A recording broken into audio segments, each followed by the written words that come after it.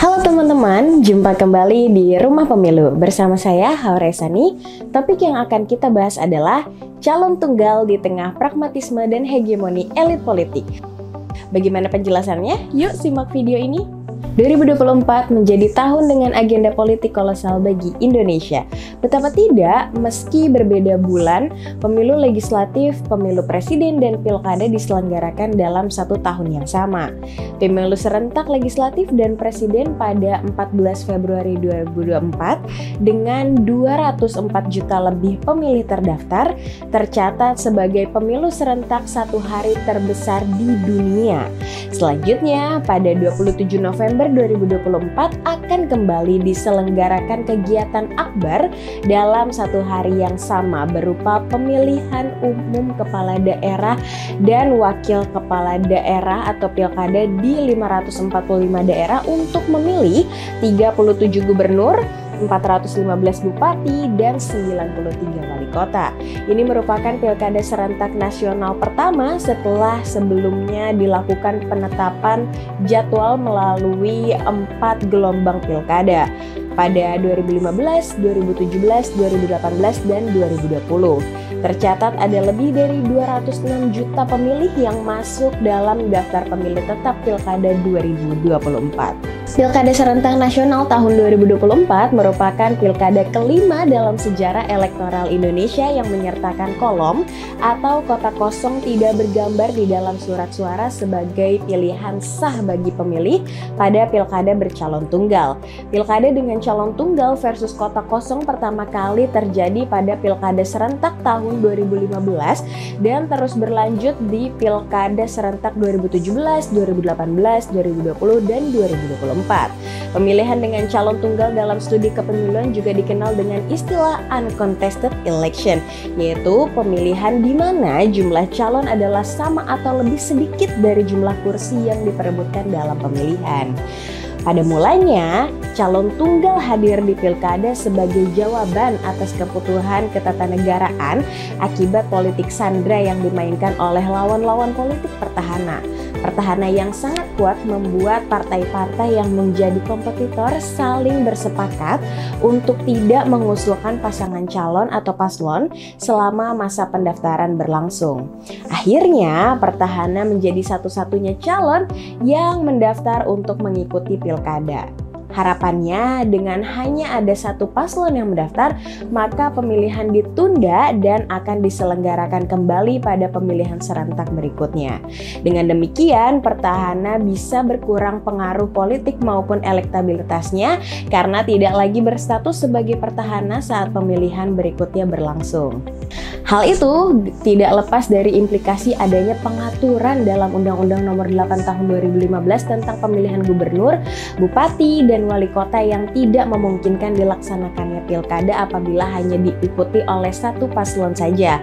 Ketika itu, jelang penyelenggaraan pilkada serentak gelombang pertama tahun 2015, sejumlah daerah terancam tertunda pilkadanya sebagai konsekuensi adanya ketentuan dalam pasal 54 ayat 5 Peraturan KPU nomor 12 tahun 2015 yang menyebut bahwa dalam hal sampai dengan berakhirnya pembukaan kembali masa pendaftaran hanya terdapat satu pasangan calon atau tidak ada pasangan calon yang mendaftar, KPU Provinsi atau KIP Aceh atau KPU atau KIP Kabupaten atau Kota menetapkan keputusan penundaan seluruh tahapan dan pemilihan diselenggarakan pada pemilihan serentak berikutnya.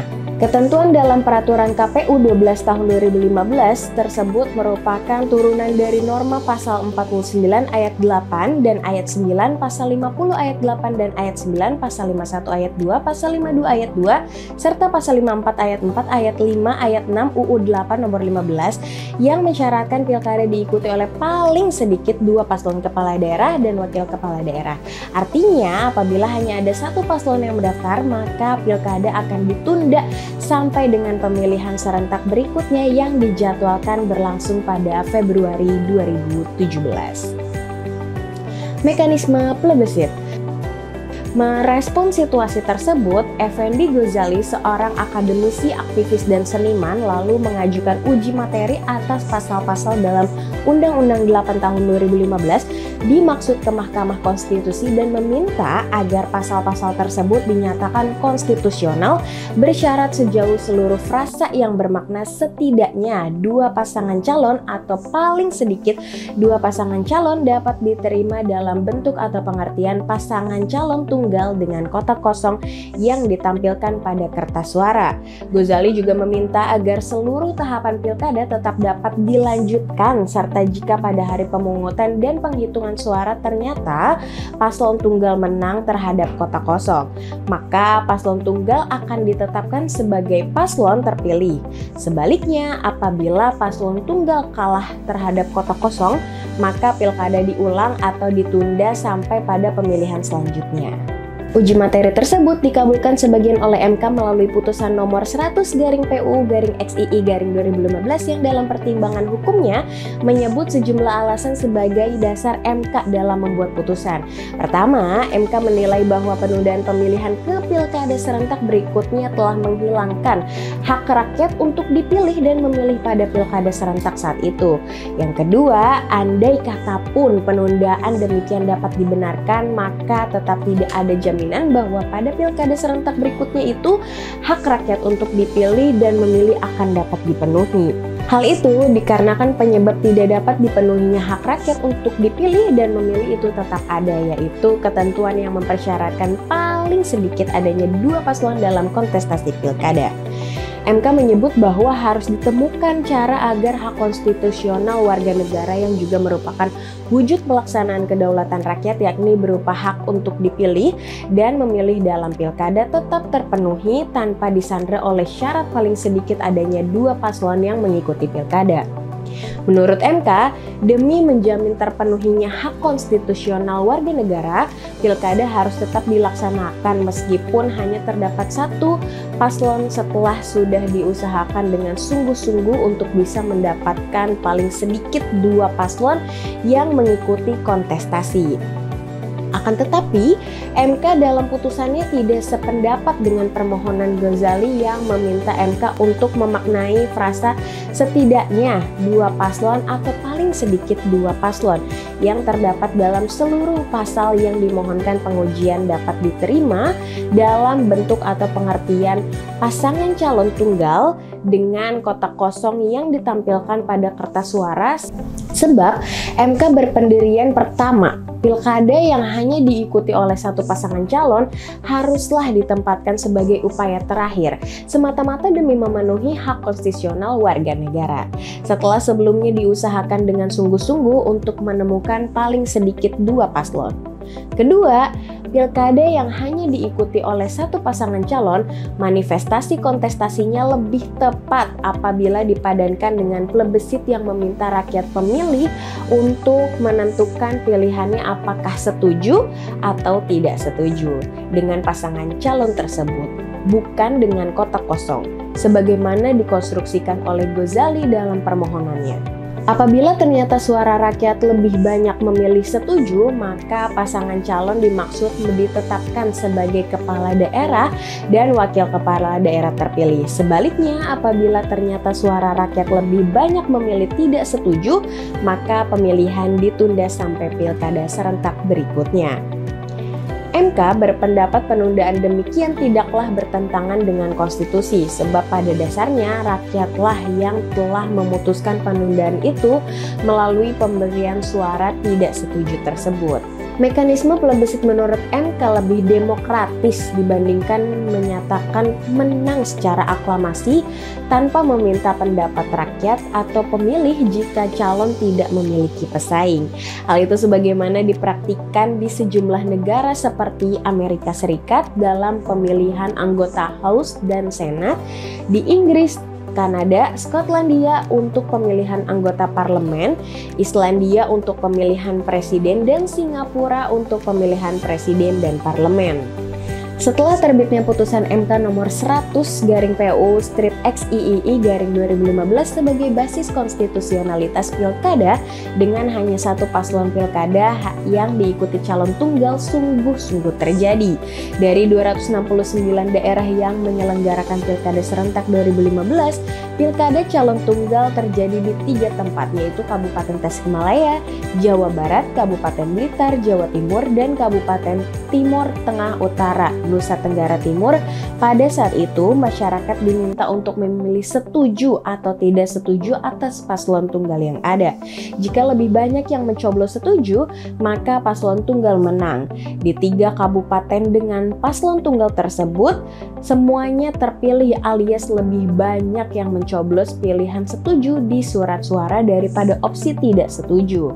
Paslon tunggal di 3 kabupaten yang mengikuti Pilkada serentak 2015 semuanya berlatar belakang petahana bupati. Pada saat itu, paslon tunggal didukung oleh sedikit partai saja. Di Pilkada Tasikmalaya, paslon tunggal UU Ruzhanul Ulum dan Ade Sugianto diusung oleh 4 partai, yakni Partai Demokrasi Indonesia Perjuangan atau PDIP, Partai Golongan Karya atau Golkar, Partai Amanat Nasional atau PAN, dan Partai Keadilan Sejahtera atau PKS. Paslon tunggal di Pilkada Kabupaten Blitar, Rijanto dan Marhainis Urip Widodo diusung oleh 2 partai, yakni PDIP dan Partai Gerakan Indonesia Raya atau Gerindra. Sedangkan di Pilkada Kabupaten Timur Tengah Utara, paslon tunggal Raimundus Sau Fernandes dan Aloysius Kobes hanya diusung oleh 1 partai, yaitu PDIP. Kolom kosong.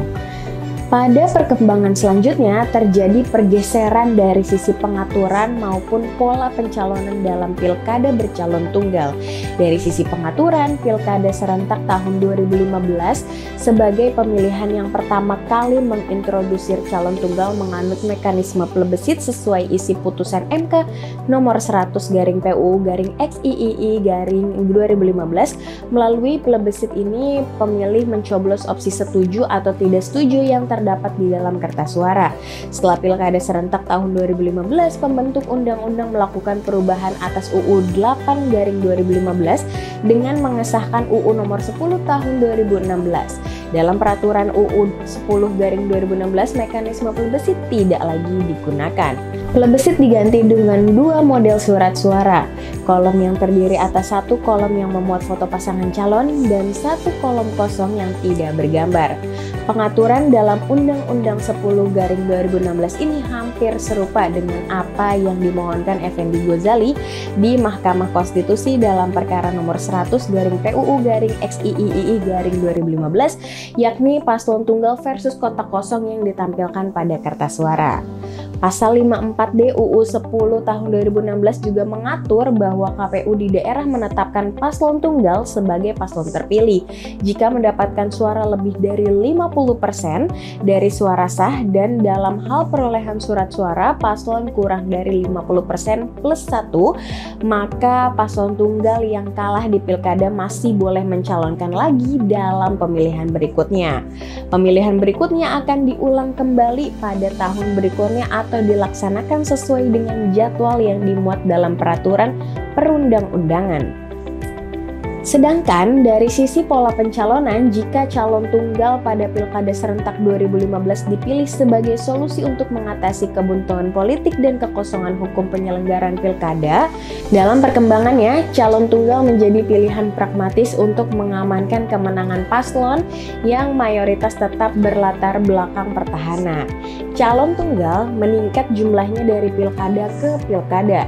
Bila Pilkada serentak 2015 hanya diikuti 3 paslon tunggal atau 1,16%, maka Pilkada serentak 2017 jumlahnya meroket menjadi 9 paslon tunggal dari 101 daerah, yang pilkada atau 8,91% naik lagi menjadi 16 calon tunggal dari 171 daerah yang mengikuti Pilkada serentak 2018 9,36%, serta berjumlah 25 calon tunggal pada Pilkada serentak 2020 yang terselenggara di tengah puncak pandemi COVID-19 yang diikuti 270 daerah atau 9,26%.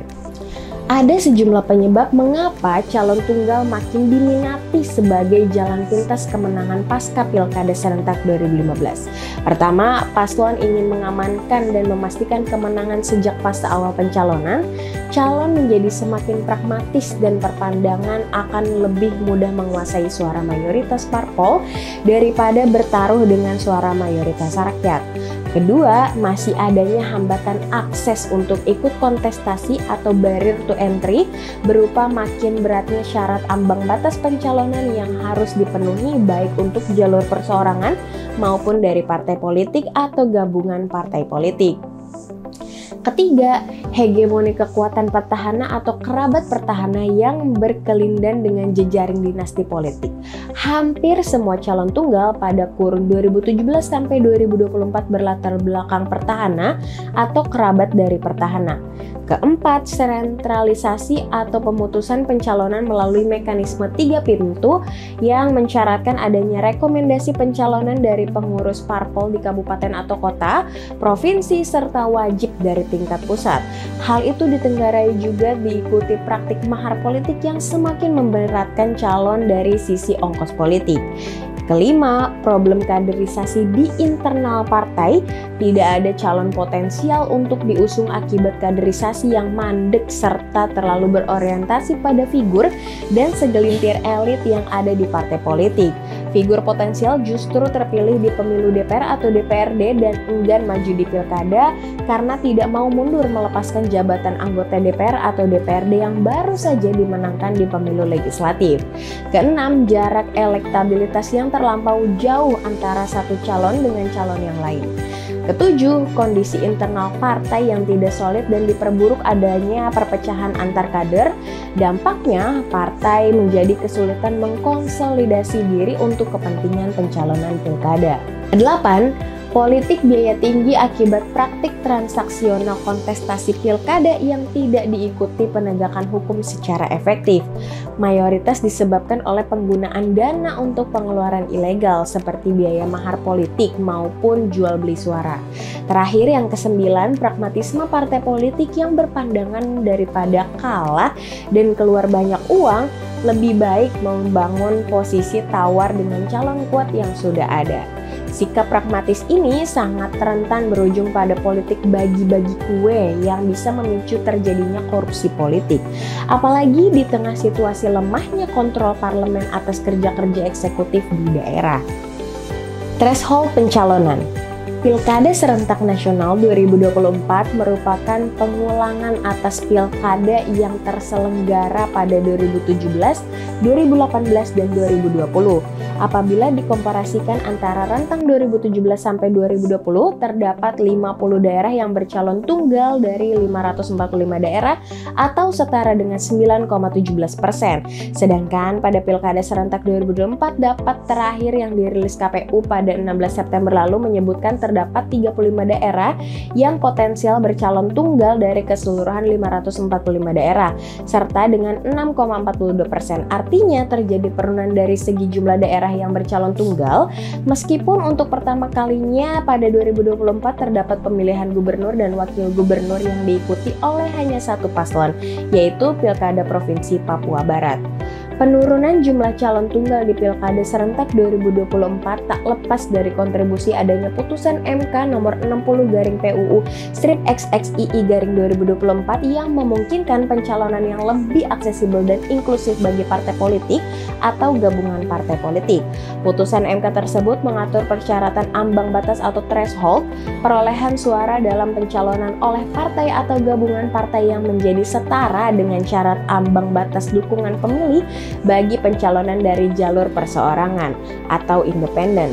Sebelumnya, partai politik atau gabungan partai politik dapat mendaftarkan paslon jika telah memenuhi persyaratan perolehan paling sedikit 20% dari jumlah kursi DPRD atau 25% dari akumulasi perolehan suara sah dalam pemilu anggota DPRD di daerah yang bersangkutan.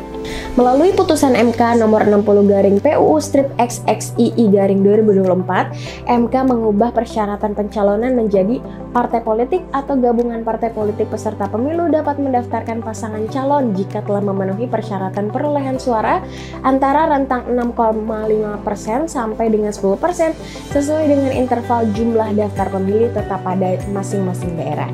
Jumlah persentase tersebut adalah sama dengan jumlah persentase dukungan yang dipersyaratkan bagi pencalonan dari jalur perseorangan, di mana makin besar jumlah pemilih maka semakin kecil persentase syarat dukungan yang dibutuhkan.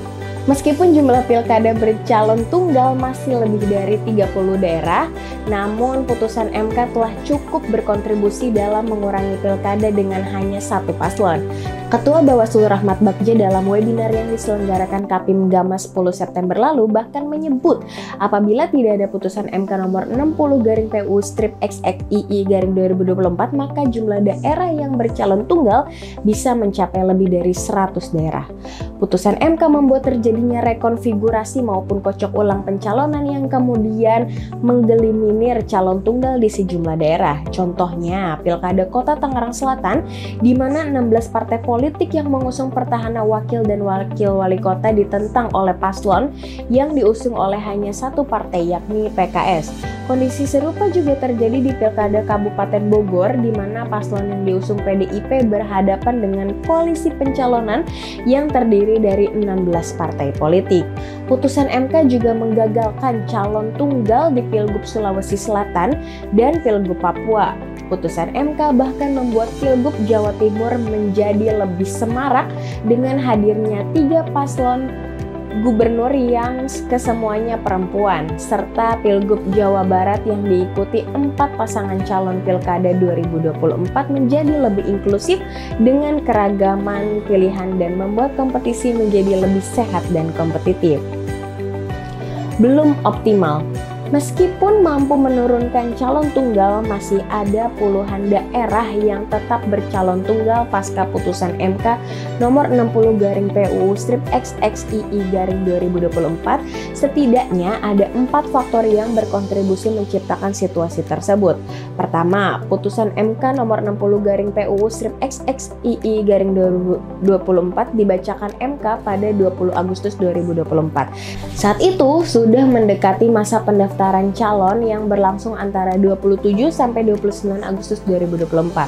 Mayoritas rekomendasi pencalonan khususnya dari pengurus partai politik di tingkat pusat sudah keluar dan didapat para bakal calon.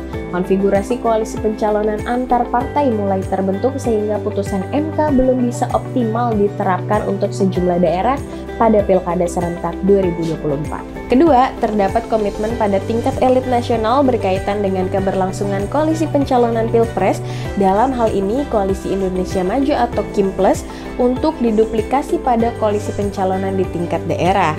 Hal ini salah satunya dilatar belakangi keinginan untuk membangun koherensi antara kepemimpinan nasional dan daerah dalam rangka memudahkan akselerasi program-program pemerintahan yang baru pada level provinsi dan kabupaten atau kota. Komitmen elit nasional tersebut kemudian direalisasikan melalui rekomendasi pengurus partai di tingkat pusat bagi calon-calon yang diusung oleh KIMPLES yang mayoritas sudah terbit sebelum adanya putusan MK. Komitmen tersebut ditenggarai juga diikuti oleh tukar guling dukungan antara daerah yang satu dengan lainnya. Partai melepaskan haknya untuk mengusulkan paslon di suatu daerah untuk mendapatkan dukungan dari mitra anggota koalisi di daerah yang lain. Partai memilih untuk fokus pada daerah yang jadi basis politiknya dengan harapan akan mendapatkan dukungan mayoritas dari partai-partai yang tergabung sebagai anggota koalisi. Ketiga, kuatnya dominasi petahana dengan elektabilitas tinggi dan basis politik yang kokoh membuat tetap sulit untuk dilawan oleh kader-kader partai di daerah. Partai akhirnya memilih realistis dan pragmatis daripada mengusung calon yang kemungkinan besar akan kalah dan keluar banyak uang untuk biaya kampanye. Lebih baik berkoalisi mendukung petahana yang sudah bisa dipastikan akan menang dan mendapatkan keuntungan dari bagian menjadi koalisi. Pola ini terjadi misalnya di Pilkada Surabaya dan Trenggalek serta Pilgub Papua Barat. Yang keempat, momok praktik politik biaya tinggi menjadikan elit partai makin pragmatis dan aji mumpung. Proses pencalonan yang tersentralisasi pada pengurus partai politik di tingkat pusat membutuhkan ongkos politik yang tidak murah untuk memperoleh rekomendasi partai. Bakal calon harus mengeluarkan biaya yang cukup besar untuk bisa mendapatkan rekomendasi berjenjang dari daerah sampai tingkat pusat. Kondisi tersebut membuat partai dan kadernya menjadi lebih pragmatis dan cenderung pesimis dalam merespon proses pencalonan meskipun sudah ada kemudahan dari MK. Ditambah lagi, partai baru saja keluar dari situasi kontestasi pemilu serentak 2024 yang masih menyisakan residu kelelahan politik dan kondisi kelembagaan partai yang belum sepenuhnya sehat dari sisi solidaritas maupun stabilitas pendanaan. Selama kurun 2015 sampai dengan 2020, dari total 53 daerah yang bercalon tunggal, hanya ada satu daerah yang dimenangkan oleh kota kosong, yakni Pilkada Kota Makassar pada 2018. Pilkada Kota Makassar hanya diikuti oleh satu paslon setelah calon petahana Muhammad Ramdan Pomanto dan Indira Mulyasari didiskualifikasi oleh Mahkamah Agung. Pasangan calon tunggal Munafri Arifuddin dan Andi Rahmatika Dewi atau Api Cicu pada saat itu memborong dukungan dari 10 partai politik. Dalam prosesnya, dukungan petahana Muhammad Ramdan Pomanto terhadap kota kosong di Pilkada Kota Makassar diyakini ikut berkontribusi besar bagi kemenangan kota kosong yang berhasil memperoleh suara sebanyak 53,23% mengalahkan paslon tunggal Api Cicu yang hanya memperoleh suara sebesar 46,77%. Pilkada Kota Makassar kemudian diulang kembali bersamaan jadwal dengan penyelenggaraan Pilkada serentak tahun 2020. Dalam penyelenggaraan Pilkada Kota Makassar tahun 2020 terdapat 4 paslon mendaftar ke KPU dengan hasil akhir paslon Muhammad Ramdan Pomanto dan Fatmawati Rusdi berhasil memperoleh suara terbanyak dan menjadi paslon terpilih mengalahkan Munafri Arifuddin yang pada waktu itu kembali maju bersama pasangan wakilnya yang baru Abdul Rahman Bando. Serius berbenah, Pilkada calon tunggal jauh dari ideal dalam pemilihan yang mestinya menawarkan kompetisi dan adu gagasan. Pilkada calon tunggal tidak menawarkan alternatif pilihan calon kepada pemilih. Namun demikian, dalam Pilkada calon tunggal, pemilih tetap memiliki opsi-opsi jika setuju, suka, atau mendukung paslon tunggal. Pemilih bisa mencoblos kolom atau kotak yang memuat foto paslon tunggal. Apabila tidak setuju dengan calon tunggal yang menginginkan kepemimpinan alternatif untuk daerah, maka pemilih dapat mencoblos kotak kosong tidak bergambar di sebelah foto paslon tunggal yang ada di dalam surat suara. Kotak kosong berbeda dengan abstain atau tidak datang ke TPS, sebab kotak kosong merupakan pilihan yang sah dan konstitusional sebagai saluran politik pemilih dalam pilkada bercalon tunggal. Jika kotak kosong memperoleh suara terbanyak mengalahkan calon tunggal, maka pemilihan akan diulang pada tahun berikutnya, yaitu pada 2025. Bukan hanya pemungutan suara yang diulang, namun seluruh tahapan akan dilakukan kembali sebagai konsekuensi pilkada ulang. Pada masa yang akan datang, diharapkan calon tunggal makin bisa ditekan dan pilkada benar-benar menjadi kontestasi antar kader-kader terbaik partai. Untuk itu, pembentuk undang-undang perlu serius berbenah dan melakukan sejumlah perbaikan. Dalam pengaturan pemilu misalnya, mengevaluasi jadwal penyelenggaraan pemilu dan pilkada pada tahun yang sama, pemilu dan pilkada di tahun yang sama dengan irisan tahapan satu sama lain, membuat penyelenggara pemilu kewalahan akibat beban teknis yang berat. Partai politik juga tidak optimal dalam melakukan rekrutmen politik akibat agenda politik yang terlalu intens dan beririsan satu sama lain. Akibatnya, pragmatisme politik makin dominan dan politik gagasan sulit dihadirkan di tengah-tengah masyarakat. Pemilu mestinya dilakukan dengan dua model keserentakan, meliputi pemilu serentak nasional untuk memilih presiden dan wakil presiden, anggota DPR serta anggota DPD, kemudian pemilu serentak lokal untuk memilih kepala daerah dan wakil kepala daerah serta anggota DPRD provinsi dan kabupaten atau kota. Antara pemilu serentak nasional dan pemilu serentak lokal terdapat masa jeda selama 2 tahun. Pemisahan model keserentakan pemilu seperti itu bertujuan agar mesin partai selalu bekerja selama siklus 5 tahunan. Pemilih juga bisa terus mengevaluasi performa partai dan elit politiknya secara berkesinambungan di antara 2 pemilu serentak yang berlangsung. Dalam semangat otonomi daerah, mestinya pencalonan dilakukan terdesentralisasi di mana pengurus partai di daerah memberikan otonomi untuk mengusung calon-calon sesuai dengan aspirasi pengurus dan anggota partai di daerah tersebut. Hal itu juga untuk mencegah terjadinya broken linkage antara aspirasi daerah dengan proses kandidasi yang dilakukan oleh partai politik agar tidak ada lagi pembajakan aspirasi oleh hegemoni politik yang kental dengan aroma transaksional.